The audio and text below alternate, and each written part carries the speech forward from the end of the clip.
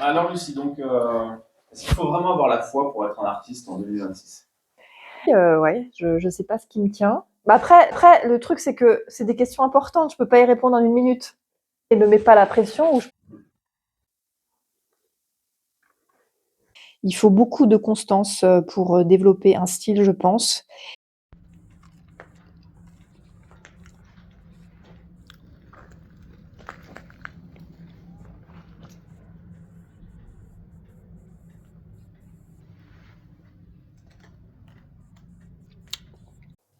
J'ai 2 aquarelles en cours, donc j'ai celle-ci. Et je viens de ressortir celle-ci que j'avais commencé. Donc vous voyez, elles sont quand même bien différentes. Là, c'est vrai que je vous avais pas montré, mais la dernière fois que je suis venue, j'ai travaillé des bleus pour créer de la profondeur. Donc aujourd'hui, je vais continuer et puis je pense me lancer dans un croquis d'architecture pour mon autre activité. Voilà.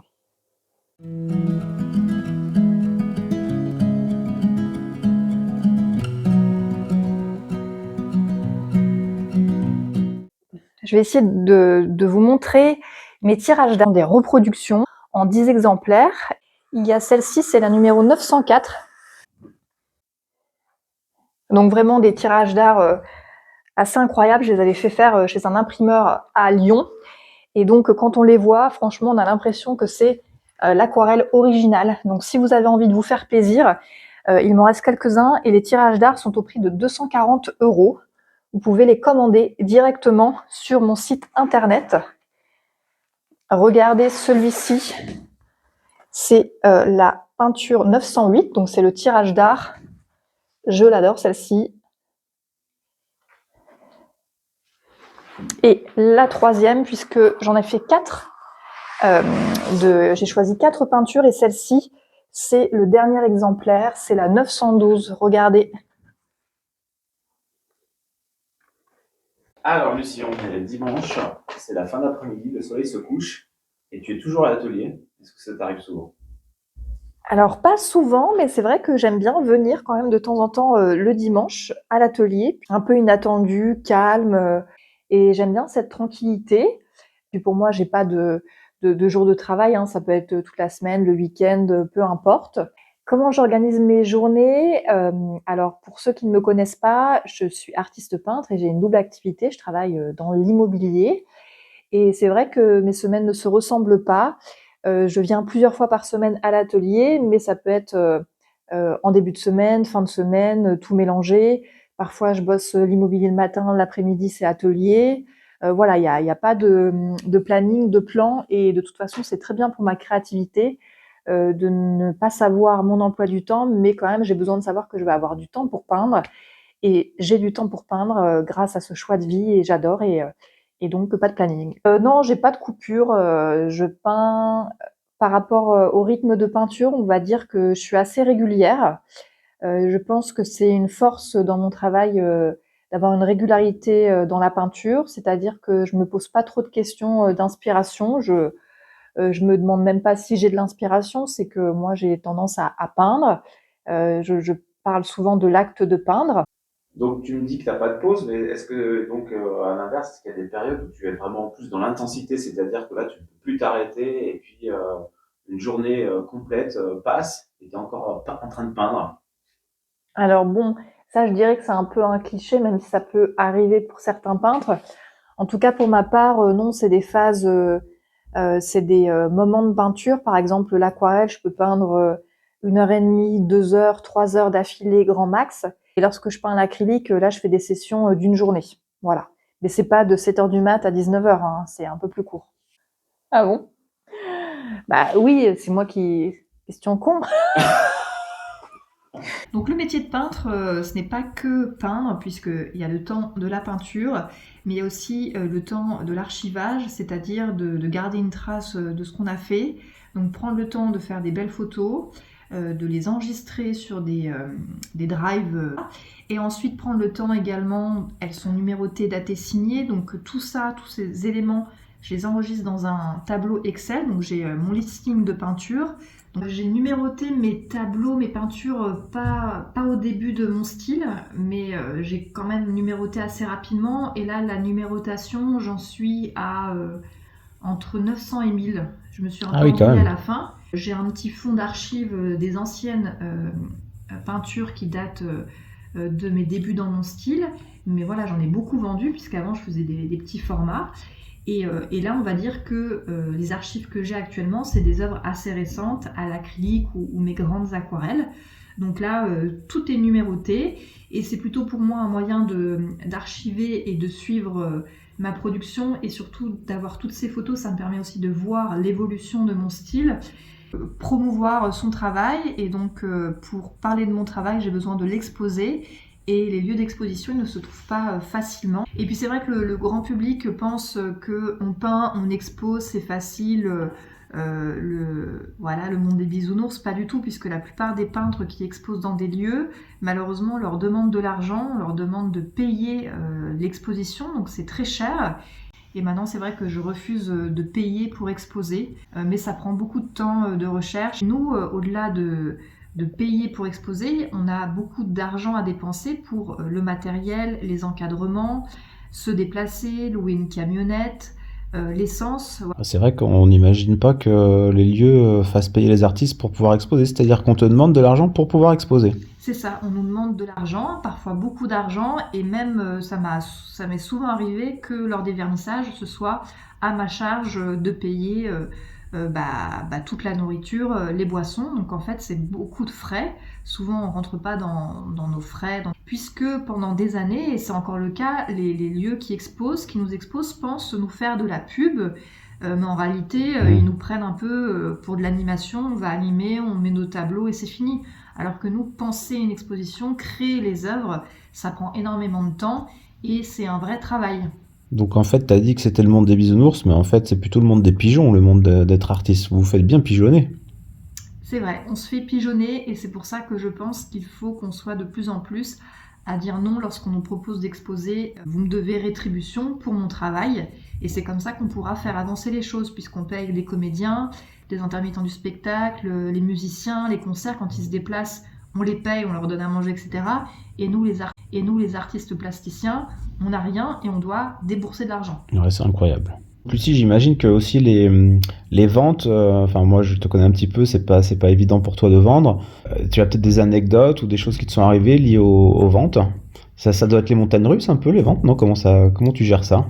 Oui, alors c'est vrai que moi, par rapport à la vente, la commercialisation, c'est très délicat. Je pense que la plupart des artistes n'aiment pas cette étape de vente, puisqu'on est attaché à nos peintures et de mettre un prix, et puis après de parler tarif avec les clients, alors qu'on est face à nos œuvres, c'est hyper déroutant. Et donc j'ai pas mal d'anecdotes, que ce soit des anecdotes positives ou négatives.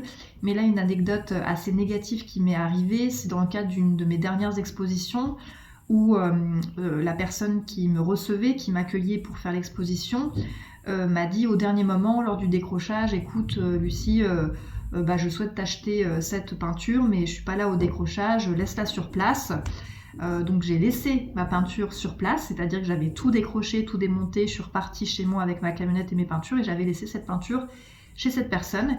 Et il s'avère qu'en fait après il m'a appelé et il voulait négocier le tarif alors qu'il ne m'en avait pas parlé avant. Donc en fait j'étais choquée de la démarche, je pense qu'il aurait pu m'en parler avant. Écoute, on est intéressé, il y a ce prix, est-ce qu'on peut en parler? Une négociation, elle est toujours possible, mais là j'étais vraiment choquée et j'ai eu l'impression d'être prise au piège. Et donc ce que j'ai fait, c'est que j'ai refusé la négociation et j'ai été rechercher ma peinture. Ouais, ça c'est faire preuve de caractère, on aime. Mais j'aimerais bien que plus tard, voilà, s'il m'arrive quelque chose, par exemple que mes proches se disent on va donner des œuvres à des gens qui apprécient son travail.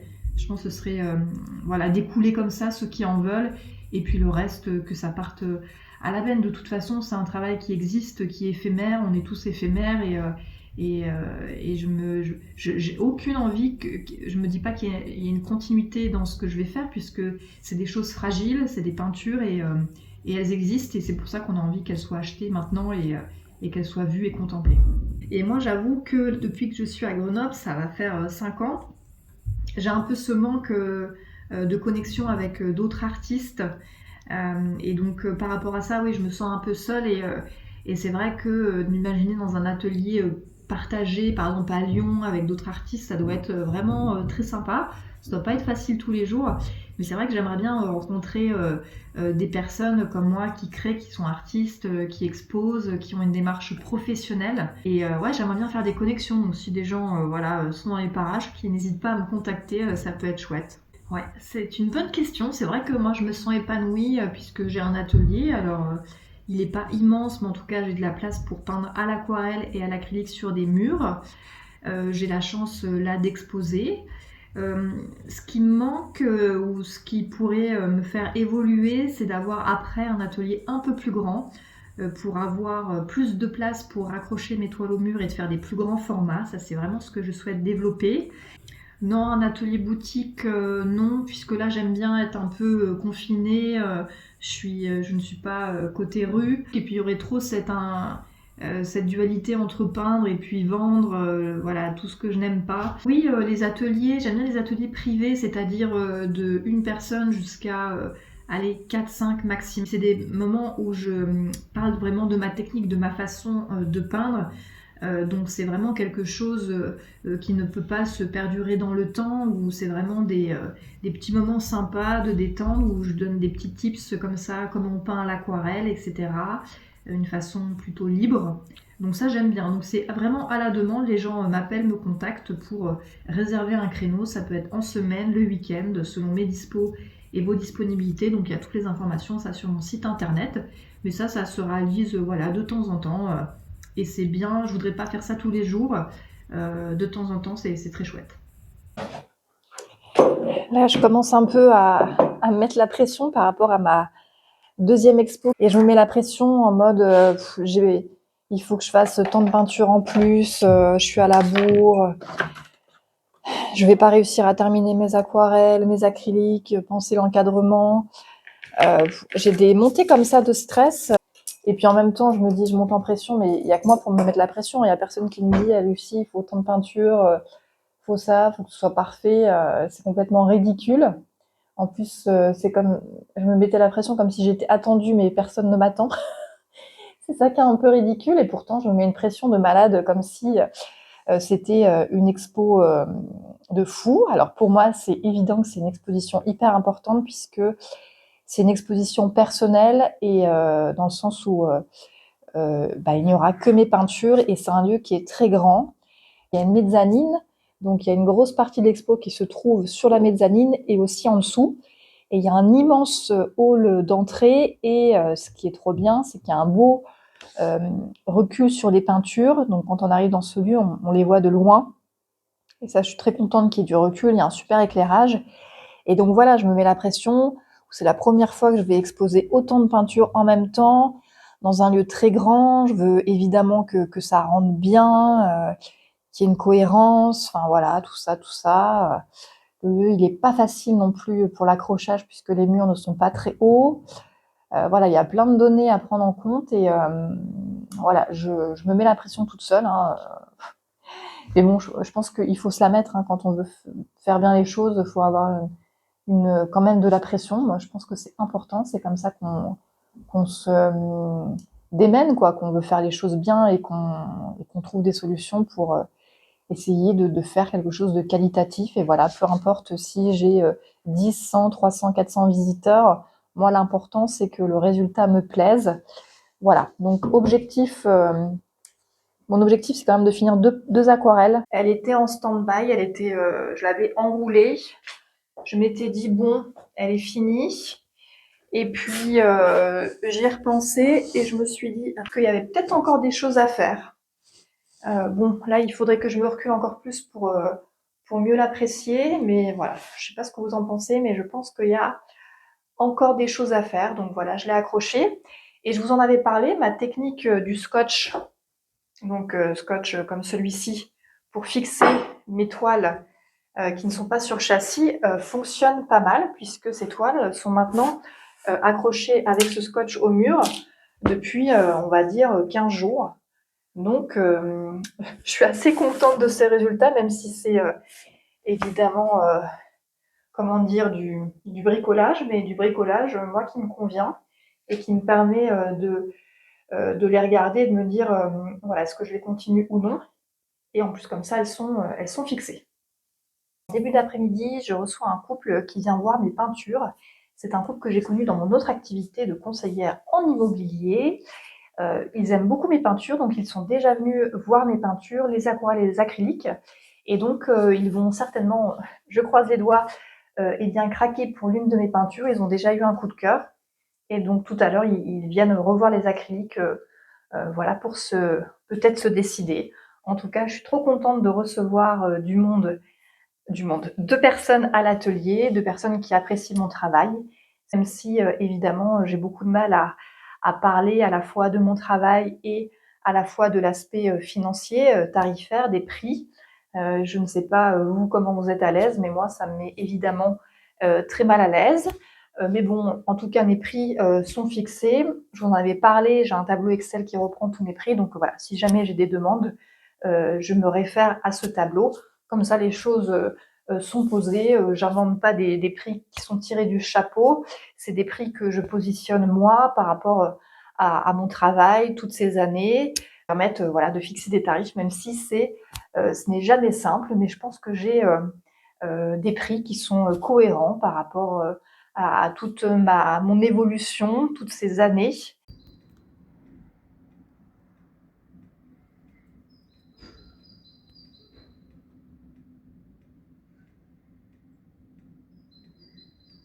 J'aimerais bien vous parler de la question du style. Donc oui, la question du style artistique, c'est vrai que j'ai eu là un commentaire, j'y pense à cet instant, d'une personne qui pratique l'aquarelle et qui n'a pas de style et qui a du mal à se trouver.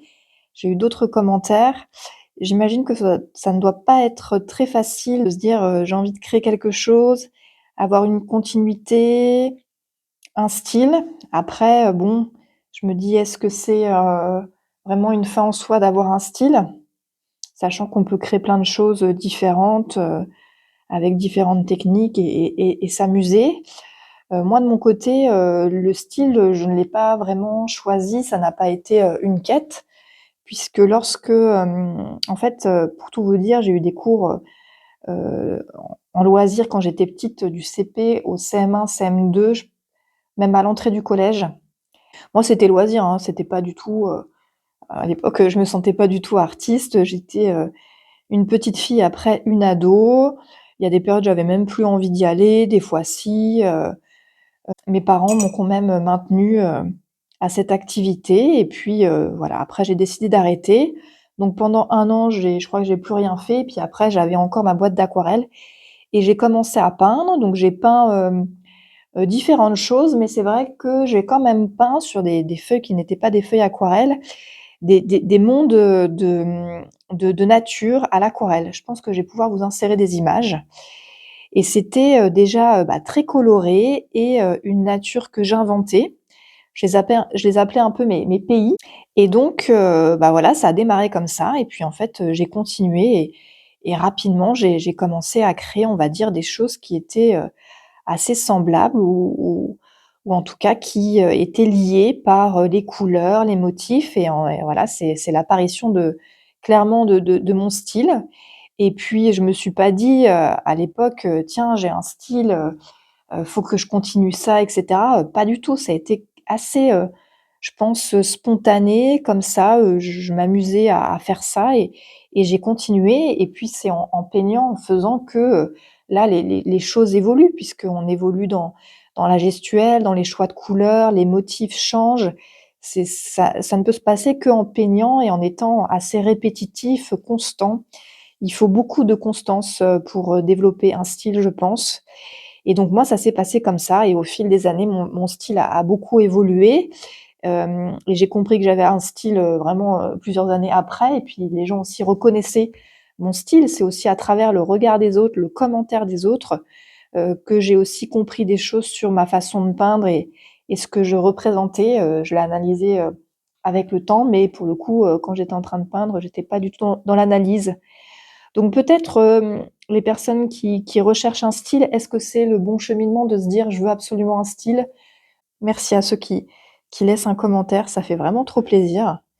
C'est assez étonnant parce que sur YouTube, on se connaît pas et puis la plupart vous n'avez pas de chaîne, vous êtes juste abonnés et donc en fait, j'ai des commentaires mais je ne sais pas, ça fait drôle de ne pas voir, les personnes, les visages. C'est un peu différent sur Instagram et là sur YouTube, je suis confrontée à des super commentaires mais voilà, qui vous êtes, quel âge vous avez, je ne sais pas. Mais en tout cas, merci, ça fait vraiment plaisir, hein, des personnes qui prennent le temps de laisser un commentaire, ouais, c'est vraiment trop cool.